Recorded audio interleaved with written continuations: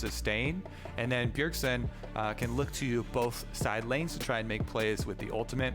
Again, like I highlighted in the last game, vision is your #1 priority when you're playing this champion. Fiddlesticks now has another passive on the Q, where if you're out of vision, out of combat for 2.5 seconds, you get extra fears with whatever damaging ability, and then you can still use your targeted fear, the Q, on someone else. Yeah, you can either nuke the guy who's been feared, or you actually CC someone who hasn't been feared up just yet, and just kind of ensure that you've got coverage over everything that was going on right into this one. So physical damage is really coming out of Spica and Broken Blade here into this one. Volibear versus Ornn. If they're taking a long trade, Volibear is going to heal back to full HP forever. And so that's going to be, not a sort of drain fight that the Ornn's going to want. So we'll see how that one plays out over time. Still going to be a very exciting matchup between these teams because, certainly FlyQuest got to see what was going on, right? They got to watch the game from yesterday. They knew it was available in the draft. They knew Tank Fiddle was going to be a possibility. And they're red side. They said, okay, as long as we are comfortable in what picks are left available, and Azir is the one here, they're going to wait and see what happens, and then try to go for the re-engage. And it is popular in solo queue. Like I said, I've seen Niski playing it in addition to Bjergsen, so multiple people are getting some time in on this champ. As for the Volibear, I think you hit the nail on the head. I think we're going to see another of the Conqueror Volibears. You can go press the attack for more burst damage, but if you're fighting an Ornn, you probably want more sustain. Ooh, looks like we get a little preview. It's the Grasp for Volibear, so Broken Blade going to get a bit more tanky when going for those trades, storing up that extra HP. Yeah, it's going to be interesting. It's going to allow him to play short trades, as you're kind of mentioning, right? Just one hit, then back out, because Ornn might not let him hit for a very long time, and might see how that one plays out. Mash taking some early poke. Aphelios, by the way, has incredibly low magic resist, and so is uniquely very weak to Syndra in the one-on-one. Of course, Leona does not have damage blocking, right? Can't shield a teammate, can't block like a Braum shield, so at 6, Doublelift can get a lot of damage onto the Aphelios there. This should be a safe recall at this point. Doublelift will take a turret shot if he goes for the Q. Mash will be back in lane in time. If he needs to leash to blue buff, he can do that as well. Yeah, let's see about the Solo's fairly deep ward here. Gonna see probably this blue start. Nobody from TSM was around to see him place that ward. That's interesting. Okay, that can definitely matter here, as Solo's going to be slowed. Broken Blade not going to get the slap, but hey, health bar lead up. That's a control 3, dance spam available to you right there. Got to take those opportunities. Yep. All right, it's important. Yeah, Bjergsen once again, like we saw yesterday as well, you just get out to the minion wave, you spam your W. It's very important to finish the channel on that because you get 60% of the cooldown refunded as long as you finish it or kill off stuff, and you also have a big burst of damage at the end. Yep. And you saw he just sort of walks into melee range and says, look, I don't even care if you auto me. I'm going to heal off the minions anyway. You're not going to do anything meaningful. Who cares about this one? And chunks that one down. Very, very short turn down the bot side. Puts Aftershock on cooldown. Ignar yet to actually grab any of these CS. We'll wait for the second wave. The big thing is getting all 3 melees first on the second wave. That gets you level 2 first. Lets you all in. There's chunk 1. There's chunk 2. It's going to require Feli's autos, but in a second, he's going to have the jump. And you can see how far Doublelift and Bao had to run to respect what the re-engage would have looked like. And you also see, who gets the duty of killing off the minions and stuff, right? Ignar trying to press up, letting Mash tag the last one, because Ignar's the one that's going to need to pull off the initiation there. They both try and get into range for the timing. But everybody well aware of the level 2 power spike. It's been talked about for years. I know, and yet it still gets people off guard. Trust me, I still play League of Legends, and a lot of the solo queue supports don't understand what level 2 Leona does and when it comes out. Fair enough. I'm not Diamond 2 like you, so, the players are less smart, me included. I also feel, speaking of solo queue, I highly recommend solo lane, tank Fiddlesticks if you get autofilled to mid lane, because it does remove some of the mechanics you normally have to pull off in mid lane, and your objective is a lot clearer with this champion. Especially for me, just coming here as a jungler, you can play a jungle champion. Great. Santorin, though, on your screen, of course, taking the opportunity to counter jungle. Wow, we've got a top scuttle being taken by Spica. It's very important to secure vision and safety for Volibear on the top side of the map so that Broken Blade can play aggressively in this matchup. It's one of the things you want to take advantage of from your champ select, where you're able to get that advantage. Looks like both junglers able to take Scuttle as well as steal away most of the opposing Raptor camp. Spica Gonna get one more small chicken compared to what Santorin stole away, but now an attempt towards the bottom side. No easy escape tools for either the TSM bot laner. There's the stun and a Biofrost. Gets the Aftershock on, the flash in. There's the pillar after the flash. That's gonna guarantee the kill, and first blood is on the board for Santorin. Very efficient gank, too. He didn't waste any time sitting in that tri-brush. Ignar immediately gets you all in onto Biofrost. Now, Doublelift threw a sphere at Mash and then tried to stun. I think I might need to see the replay to see if he actually got the stun on his Scatter of the Week, though. It looked like only the slow. And that would pause some of the damage, delay some of the follow-up from Mash. Here's another look at it. Right out of the brush, he does get, Mash is able to keep autoing. They really good job there from Ignar right out of the brush. Surprise combo onto Bio, though. Santorin had the emote stacked up, the first blood passive emote already there. It's a good job by him, as we have a small lead to FlyQuest now off the early game. You can see a gigantic farm lead, though, to Broken Blade. Top lane does not look fun for Solo's Ornn right now. Doesn't seem like a very great matchup. Obviously, Broken Blade opted into it once he saw the Ornn. I'm glad to see him do it. Broken Blade definitely can be an outstanding laner and one of those players that can take over a game from the top side. All right, right back out on the map. Speaker and Biofrost trying to work together to invade and get some vision. They've walked over a lot of wards that were previously placed by FlyQuest, though, so Santorin won't be caught off guard and should know to sweep as he's walking through his own jungle. We're walking down the river right now in a pair, and we'll see if Santorin's going to be around to stop them in time. No vision, I believe, in this brush, but FlyQuest know to be afraid down here. Ignar says hello, sees, oh, that is a hook onto Mash, but he's not in range for the rest of it. The wall just in the right spot, and by the way, Santorin right behind him. Second stun comes out. Look at the counter gank. It's beautiful. Mash on a double kill. I think, you know, the trailing information of the FlyQuest wards that Speaka and Bao entered on to go on this long path towards bottom side, giving FlyQuest enough time to set up a reaction here. And now 2 kills onto Mash with the counter gank here for FlyQuest. Plus, Santorin gets to just beat down this dragon with nobody intervening. Huge start now for FlyQuest. Yeah. The Lux double thumbs up, by the way, from Santorin as the war goes over the wall. He's like, yeah, I'm on Drake. What you gonna do about it? Nothing. It's what I thought. And here comes the dive topside, though. They're gonna turn the turret off. There's the Crow Storm over there as well. Solo down to 400 HP, drained, and the chunk comes through. Bjergsen, not a problem, but he's slowed. He's gonna get out of range. He'll stay alive. The chunk comes down. The turret plate's gonna fall. Great dive to the top side. That's the second time I've seen Bjergsen show up and get Broken Blade a kill up there. Yep, he can't go bottom because bottom just got turned around on them, so takes the opportunity to still look for a proactive play. Here's another look at Santorin coming down over with the Blast Cone, though. As soon as they see Biofrost, Santorin's already in position. They know he's here. Red Smite, they just annihilate him there with the Aphelios. And then really nice pillar as well from Santorin. They get the double onto Mash. You get subbed in from Academy, and boom, double kill already. Pre-10 minutes on Aphelios. Mash has got to feel great. Already upgraded Zerker Greaves on top of the BF sword. Yeah, beneficiary, some really smart map play by the squad. I want to know what the comms were like, you know, who called for what. It's always interesting. You know, sometimes a player comes in, you never realize that a lot of the benefit is, oh no, they're actually so communicative. The jungler just knows exactly when he can gank, never has to waste any time. Sometimes that's just the, you know, the sort of ace in your back pocket that no one realized about. Trade's still on the top side. Broken Blade wants to chop him again. There you go, get some health back. He's winning that one. Solo finds not even really the slow, not getting a lot done there, but Santorin maybe walking top side. Will they keep fighting? Gets the decent amount of damage. Kills a control ward. Broken Blade feels safe. Yep, and Santorin is seen on the ward, so they know that there's extra presence here from Trundle, so Broken Blade just gonna hold this wave in front of his tower. He can actually deny a decent amount of that wave. FlyQuest were not able to push that wave all the way into the turret, so I believe looks like 2 of the melees go down before Solo gets right back up there, and the Volibear holding this CS lead over the Ornn. Speak and Bio looking to combine again. Bjergsen doesn't have ult on Fiddle, but he does have Flash. Alrighty, PoE. And then just kite backwards. Sensed a little bit of danger and threw the soldiers and dashed back to him. Biofrost gets a melee or a cannon, but now, nope, no re-engage. They call it off. Ignar could have looked at Bjergsen, decided not to go for it. Boots 1 versus Moby, certainly going to run faster, but not a fight they really wanted to take. Solo just going to keep farming under the turret. He's lost a plate, won't lose the second one just yet. Clears the wave out, but it's going to sit there down about 15 CS.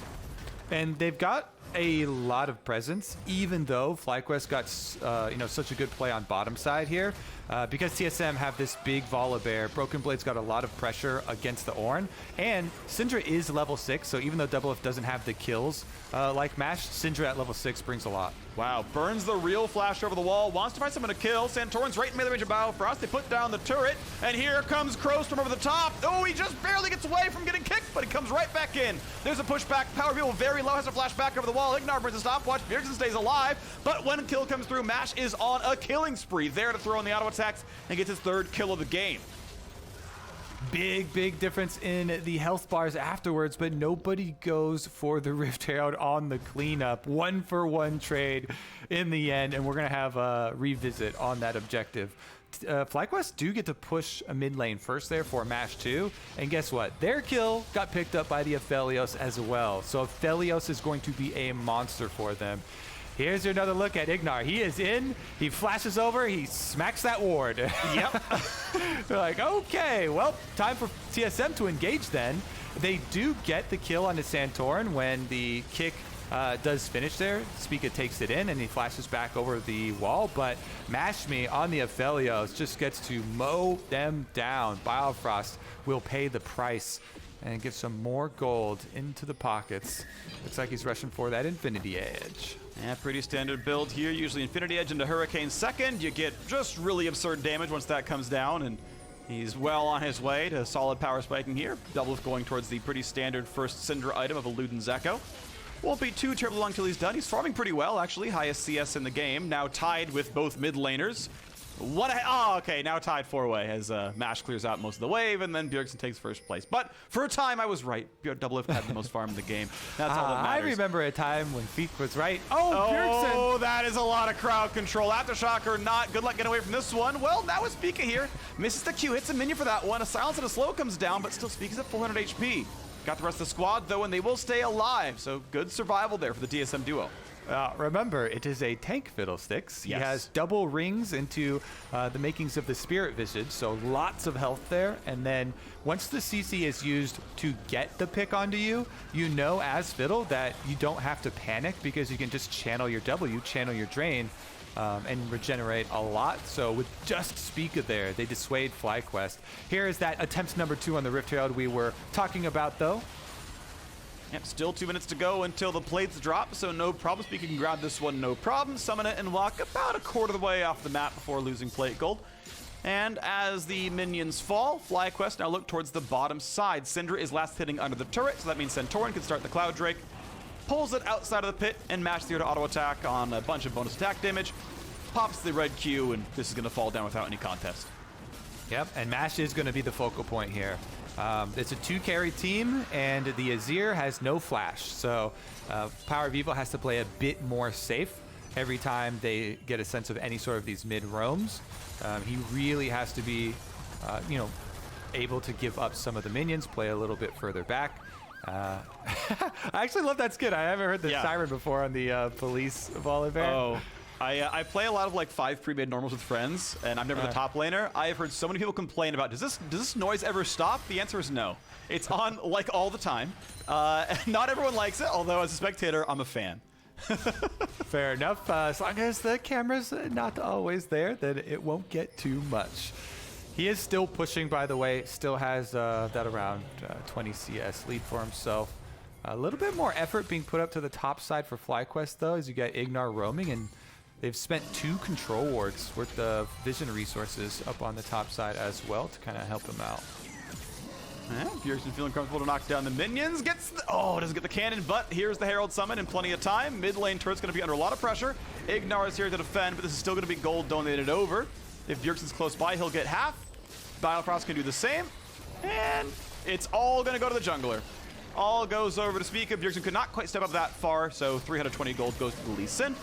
Not a waste of gold by any means, but obviously you would have liked it on someone who's a bit more gold scaling than the Lee Sin jungle. The kickback, though, they might have found the kill in a Bjergsen, and indeed they will. Mash is on a rampage, and Biofrost is on his way back to the fountain as Santorin grabs his second kill of the game. And, you can summon a mid, a Herald in a mid. We can send our army down there and knock that turret down just as fast. And the timing there, it's right as Mash is walking down the lane. Their Aphelios is here. This is the big carry of the team, and he's like, Power of Evil, I got your back. Go on in with Azir. It doesn't matter you don't have flash. He takes advantage of the TSM carries before they can get their own defensives back up. And really nice proactive play here from FlyQuest to capitalize. Now it's an extra one that went over to Mash. I mean, this is going to be the story of the game to track. Yeah. As we go further, there are so many things that an Aphelios is going to have to worry about, and FlyQuest will have to play around the flash timer of Mash, because you have to avoid a Nautilus stun setting up a Volibear dive, Fiddlesticks dive, and long range Scatter the Weak from Syndra. So like, there are so many things that can pierce through the back of even a very beefy front line that Mash is going to have to worry about being the big carry. Yeah, and I want to point out, right, the gold is basically equal. TSM actually slightly ahead despite the 4-kill deficit. That is a giant farm lead topside, plus 30 for Broken Blade. 30 CSD 15, very, very good. That is a high mark. Yes, it's matchup, sure, but still very good. And now, ooh, that hook almost landed on a PoE, but now it's the play right into the jungle. Biofrost, he's gonna burn the stopwatch. Bjergsen shows up, gets stunned. There's kill number 1, and here comes kill number 2. The damage was not there. The Crow Storm could never have been enough. FlyQuest get another 2 for 0, and they're ready to push mid. Yeah, it looks like we'll have a rotation around through the jungle as well. They're trying to catch Double Lift there, and you see Leona and Trundle, but Double Lift backs right back off, and TSM are going to play defensively after losing that fight. I don't think there's too much that FlyQuest can actually get in the way of objectives. Definitely some good kills for themselves, though. Double Lift really cautious about going back up to this turret, and rightfully so. Teleport comes down, though. Looks like TSM want to fight him off. Well, can Mash run away in time? A nice pillar's going to slow down Double Lift, but here comes Broken Blade. Shot a couple of times, but there's the fear, and that is absolutely the death. Double Lift gets 700 gold for the shutdown and is ready to get that next power spike. That is so big. And Mash, even with double summoners, there's no way he's getting out of that one. Broken Blade just teleports in, runs him down with the extra speed, and TSM do strike back. So another turret goes down, and they open up some territory to work with just in time. 45 seconds left on this dragon. What a close game here. I think it's very good, by the way, that Mash actually saved his flash, knowing that he was going to die, because the dragon fight is coming up, and this is third Drake if FlyQuest can actually get it. So important for both teams in the setup for this one. All right, 25 seconds till it's alive. Look at the gold yet again. 300 lead the TSM of bot lane. First turret going down. The shutdown to their Syndra, and you can see individual gold-wise, Double Lift actually back ahead over what those kills were because of those individual gains made. 10 seconds now on the Drake. Flash forced away from Ignar. They get the Scuttle Crabs. They have the vision. TSM can still pressure mid a little bit. Power of Evil and most of the squad still there to defend the wave. Mash waiting around, gets a bit of MR to make sure he's not going to get one shot quite so easily. So an early Null Magic Mantle, but double daggers betray the push towards Azil. Much more likely than Wit's End in that one. It surprised me quite a lot if he built that one, but I guess it's possible. Or they're still going to be attacked. Now available. They were just waiting a couple seconds. TSM gaining inside position on the dragon as well, but the Scuttle Crab is there, so they can't get inside the pit and actually start it without FlyQuest knowing, and now they've got everything available. And once they see the Volibear in the mid lane, they know the front line is not as durable, and they can walk back into the river. Play for vision. Another control ward comes down. TSM wants to fight for this one. The Drake taking some damage, and TSM only really have Spica for vision. He's played as a ward before. Now the fight in the top side. Santorin gonna burn the ulti, gonna go for the play. They just shut down Biofrost, and Spica has to flash away, which means he's not gonna get back in.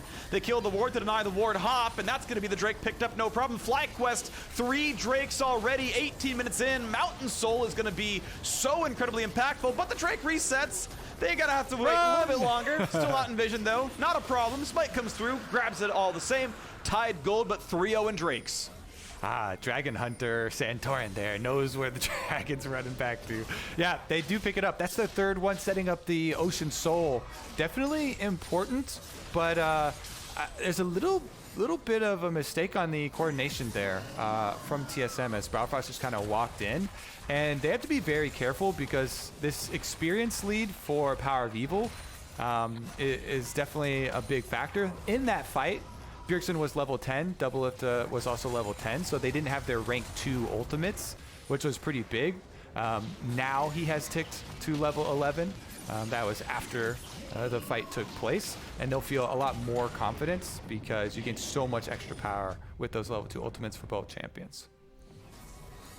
We'll see when the next fight comes around. Baron's going to be alive in just a minute's time, and we know that the potential Mountain Soul is going to be a huge problem for TSM in about 4 minutes' time. Doublelift going to get some time in the top lane turret. Can't quite knock it down, has to respect Ignar's potential engage. Mash will knock down the wave before the turret itself falls, so there is still a bag of gold up there that is one auto attack away from being claimed. Doublelift claiming a lot of the side lane farm. I feel like Syndra's not quite that late game carry that, you know, a Hail of Blades Kaisa is, so maybe not quite the same beneficiary as the game he played yesterday, though might still see him pop off, one-shot somebody in a team fight. Just kind of have to see what his target selection ends up being. CC now on the top side of Ignar. He's going to be slowed down quite a lot. A stun, that could be a kill. That could be Mash falling. He's going to be stunned up, has to flash away. Will barely stay alive. The follow-through going to be not quite there, but he has to run away from this lane.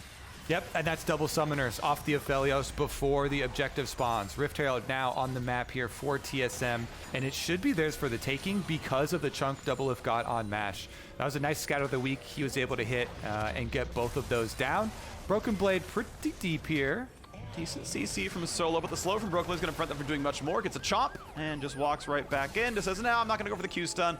I'll just keep the move speed now. Re-engage, though. Solo gonna find Spica. He is flashless on the Lee Sin. Solo finds the knockup now as well. Bjergsen's got to be careful. Has to flash the wall to stay alive. Spica ward hops to safety himself after kicking away an opposing member. Those are some important cooldowns missing for a short time, and crucially, Flash will not be up for Bjergsen for the soul fight. All right. Baron arrived on the map too, chased away the Rift Herald. As Doublelift was in base, TSM did not want to take that fight. So a necessary evasive flash there from Bjergsen. But now Doublelift does have the 2 completed items, you know, so on top of the burst damage from the Ludens, he has the safety with the Zhonya's Hourglass. And with Bjergsen also on the 2 item power spike, bringing the Frozen Heart to the table. If Bjergsen just ults and tries to run straight to the middle of FlyQuest, it has a lot of value if he can get into range of those carries. The big thing for FlyQuest is their very, very beefy front line with a lot of the hard engaged coming from the Leona Ornn combo. I also find it interesting how the teams have been kind of allocating their farm. Generally speaking, high-level play, last hitting minions after 10 minutes of the game is not a question of your mechanics, but a question of where you're allowed to be on the map and the team coordination. Doublelift and Broken Blade have been getting the lion's share of TSM's farm, and Bjergsen is just kind of plugging the gaps. He'll take what he can, but you know, he's not the one getting everything. On the FlyQuest side, Power of Evil is the highest farmer in the game, and Mash, comparatively, has not been getting the same income. He is getting farther and farther behind Doublelift in gold, and took a side step to buy Quicksilver Sash. Now a fight towards Bjergsen, the guy getting the junk farm. Not quite as high levels maybe he might be, but it's a 3v1. He's not getting away from that one. Kill goes over to Santorin pretty comfortably, but now a dive into the bot side. Into the mid lane, rather, as Power of Evil is trying to kite away, but doesn't have the ability to get out of this one. Shutdown comes in. Here comes the knockup onto 2. As the stopwatch comes over, Mash has to kite away from Spica, find some auto attacks. Doublelift, does he feel safe? Does he have anywhere to go is the question. As Ignar comes in, finds a bit of a stun, looks for the re-engage. Broken Blade can't quite get the last auto attack, and Mash is here to auto. Spica kicks him, cannot quite get the kill. Santorin's gonna keep firing out, and they will find that shutdown. 3 dead on TSM, 2 dead on FlyQuest, and Biofrost is trying to run, but Easy gonna get away. He's only got the Merc Treads knocked into the air. 4 kills to 2, and FlyQuest win a team fight in their own jungle. What a scrap, Freak, into the FlyQuest territory. FlyQuest do get the pick onto Bjergsen, and TSM try and chase Power of Evil, trading mid laner for mid laner, but they chase Power of Evil all the way deep into the FlyQuest jungle. Let's take another look at the setup here.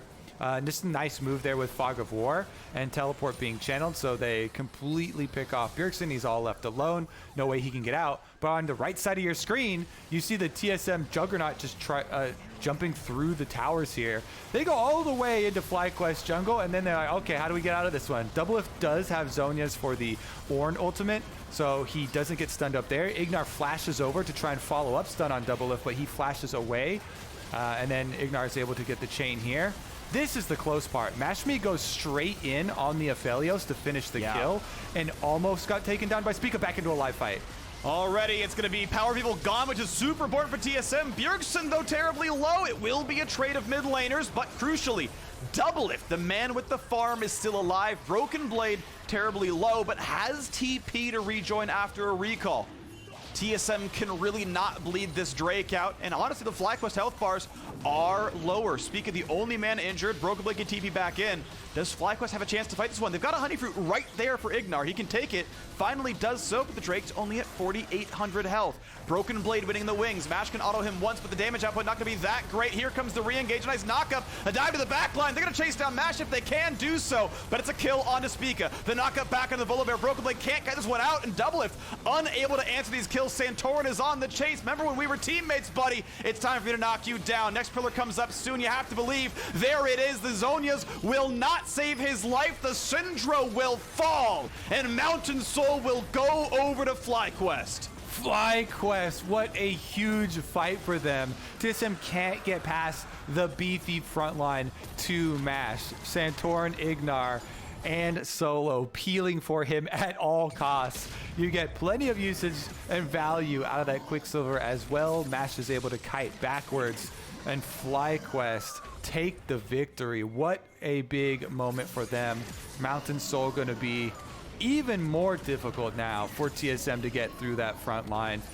It becomes kind of a game of finding one of those surprise picks and really having to work through vision to make use of the crowd control abilities that we talked about for TSM, looking for the Nautilus, Syndra, and Fiddlesticks stuns to pick people from FlyQuest off, because now that they've got Mountain Soul shields on top of these super tanks, not to mention the extra resistances, it'll be hard to go front to back. All right, here's another marksman. Gonna feel good in these fights. So they did get a flank from Broken Blade, but he actually runs in and then towards the two tanks, and Santorin gets this done. Then they all kite backwards. Volibear ultimate and Nautilus ultimate onto Mash, but he's able to kite Spica backwards, and they kill him as he's coming through. And Doublelift unable to follow up on any sort of damage there because they actually can't get the HP advantage, and Biofrost has to run for his life. Nice side step by Doublelift to dodge the Ignar's E, but just obviously not enough as Trundle's in melee range, ready for the pillar right afterwards. Mountain Soul obviously very impactful here. Going to be nice to have that big shield. I think it's really, really good against kind of low damage compositions, because if you don't one-shot them, they're just not dead anymore, and you know, the team fight looks really good from there. Syndra is the only, I would say, reliable consistent damage, since Broken Blade doesn't have much armor yet. He's actually dying to the Aphelios pretty quickly, as we saw in that last fight, where I thought TSM was going to look pretty good, but Broken Blade really couldn't get a whole lot done. Mash has been able to kite quite nicely, now has flash for round 2. Santorin able to easily walk away after a pillar. Bjergsen going to come into mid, but Power of Evil gets a kill up in that top lane. He's got a 2-level lead over Bjergsen, get the highest farm in the game, and he can join whenever he wants. Yep, FlyQuest scales so incredibly well that's why it was such a big moment for them to get this Mountain Soul 27 minutes into the game. Azir and Aphelios, two of the best scaling backline threats. Power of Evil, though, he's going straight through the base, trying to get his teleport off, getting the fear. Yep, he's going down for that one. He can ult, it's not going to matter. Kill credit goes to the Doublelift Syndra, level 14. 2 kills on the board. Now a re-engage as Spica sees Ignar and co. Broken Blade's here.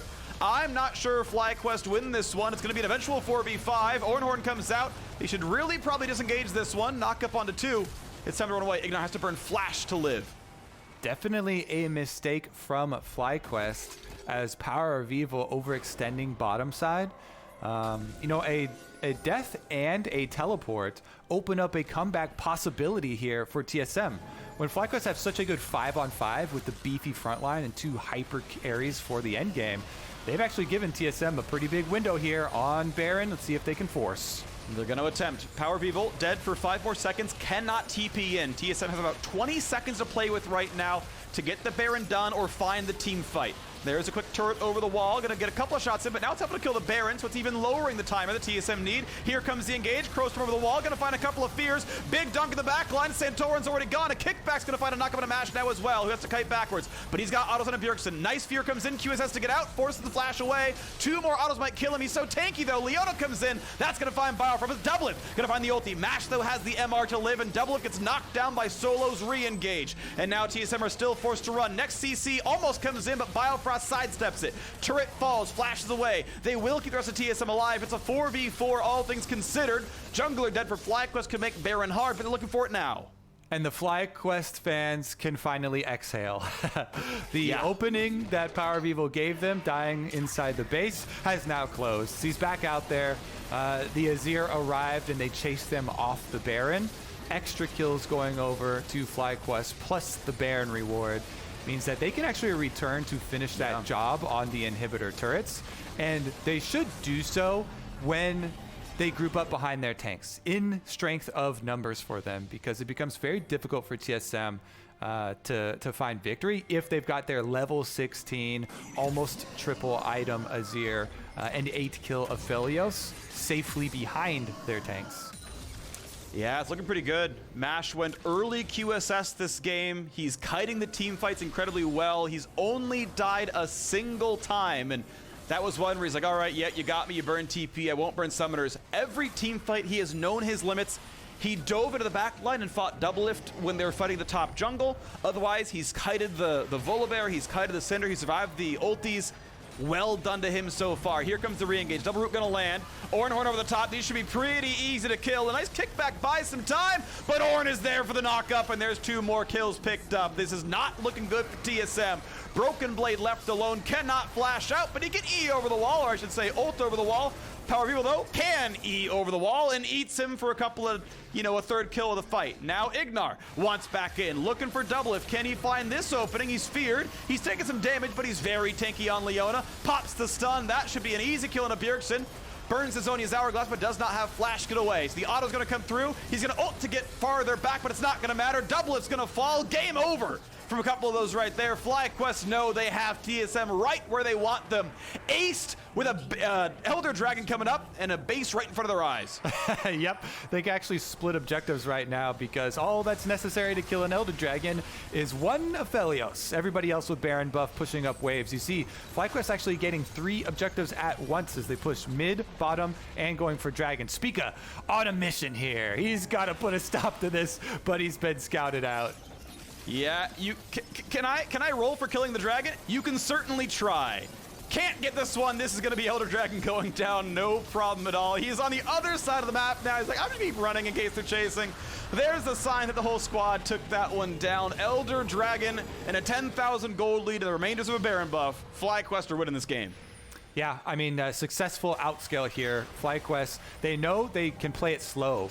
Santorin does find them with the pillar. They use the blue trinket to make sure they're not walking into the trap. Once they see just 2, they can move up. Everybody from the team is there, solo in front of Mash, setting up the Aphelios, and they're able to chase down these kills on TSM. That was what TSM, had to do, though, is find some sort of, vision play, some sort of surprise gank there. Then Ignar, trying to cut them off, is able to stun them for long enough for the rest of the squad to arrive. And as you know, in the aftermath, they also got the Elder Dragon. So on top of their Dragon Soul, they will have the always fun to watch Elder Dragon Execution. And now the inhibitor has been cracked open, and it itself will fall as the turret dropped a second ago. FlyQuest looking really good here in this one. TSM only ever got 3 turrets in this game. It's 23-8 in kills, and the gold lead still stays at 10,000 as more turrets fall, and the top side is now opened up for a bit more as well. Still a minute on the Elder Dragon. There is no team fight TSM could take that they would win with remotely equal numbers. The slows on a Broken Blade trying to chase that one down. A very tanky Volibear, obviously. And Santorin will let him walk back to his side of the base, but the waves are still coming in. Decent wave clear for Doublelift, not quite knocked up by Solo, but the ulti comes across, nearly finding the kill, and here comes the rest of it. Here comes the hard engage. Biofrost about to be executed down, he goes for the first one. Solo on the backside finds the second, Broken Blade forced to run away, 3 kills, and there is no defense left for TSM. 4 comes across, there's the flash into the fountain, a double kill at the end. MASH ends 11, 1, and 11. That is a beautiful play here out of FlyQuest and their new starting bot laner. Beautiful game taking down TSM. Yeah.